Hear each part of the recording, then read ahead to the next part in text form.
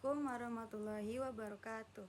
Perkenalkan, nama saya Diajeng Sahla Melvia Putri, mahasiswa Universitas Muhammadiyah Indonesia, Fakultas Agama Islam, Prodi Perbankan Syariah.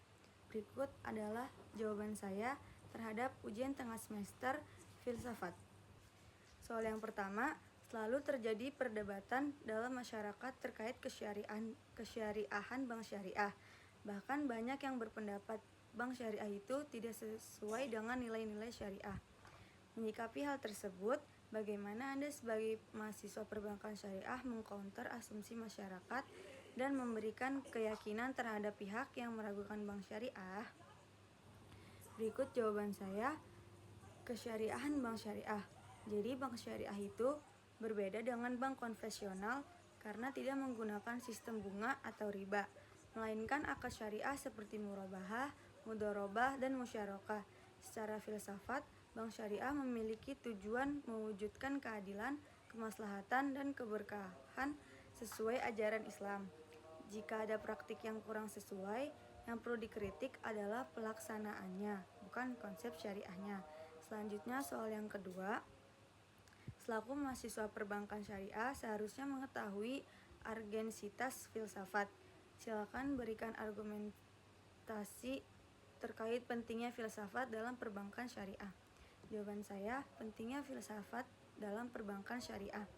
Filsafat penting karena membantu mahasiswa berpikir kritis, memahami dasar hukum dan tujuan ekonomi Islam, serta menjaga agar praktik perbankan syariah tetap sesuai nilai-nilai Islam dan tidak hanya menjadi tiruan bank konvensional. Selanjutnya soal yang ketiga, selaku mahasiswa perbankan syariah sudah seharusnya mengetahui terkait konsep rasionalitas ekonomi Islam dan etikanya. Berikan penjelasan yang mendalam terkait hal tersebut. Jawaban saya, rasionalitas dan etika ekonomi Islam. Rasionalitas dan ekonomi Islam tidak hanya mencari keuntungan, tetapi juga mempertimbangkan halal, haram, keadilan, dan keberkahan. Etikanya meliputi kejujuran, amanah, keadilan, tanggung jawab, dan kemaslahatan bagi masyarakat. Selanjutnya soal yang keempat, secara umum terdapat dua aspek dalam ilmu ekonomi, yaitu aspek positif ekonomis dan normatif ekonomis. Berdasarkan pemahaman Anda, apakah ekonomi Islam harus condong dengan salah satu aspek atau gimana? Silakan jelaskan dengan detail.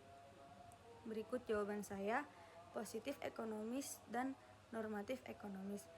Ekonomi Islam menggabungkan keduanya. Positif ekonomis digunakan untuk memahami fakta ekonomi, sedangkan normatif ekonomis digunakan untuk menentukan solusi berdasarkan nilai-nilai Islam. Jadi, ekonomi Islam tidak condong pada salah satu, tetapi memadukan keduanya. Yang terakhir, soal nomor 5. Dalam perkembangan ilmunya, seringkali ekonomi Islam selalu dibandingkan dan dikontraskan dengan ekonomi konvensional. Maka apakah ekonomi Islam harus selalu bertentangan dengan ekonomi konvensional? Berikan argumentasinya dengan jelas. Berikut jawaban saya, hubungan ekonomi Islam dan ekonomi konvensional. Ekonomi Islam tidak selalu bertentangan dengan ekonomi konvensional. Teori-teori yang bermanfaat seperti permintaan, penawaran, dan produksi dapat digunakan. Namun, ekonomi Islam menolak unsur yang bertentangan dengan syariah seperti riba, gharar, dan maisir. Perbedaannya terletak pada nilai dan tujuan yang digunakan. Demikian jawaban atas ujian tengah semester filsafat. Saya akhiri, terima kasih. Wassalamualaikum warahmatullahi wabarakatuh.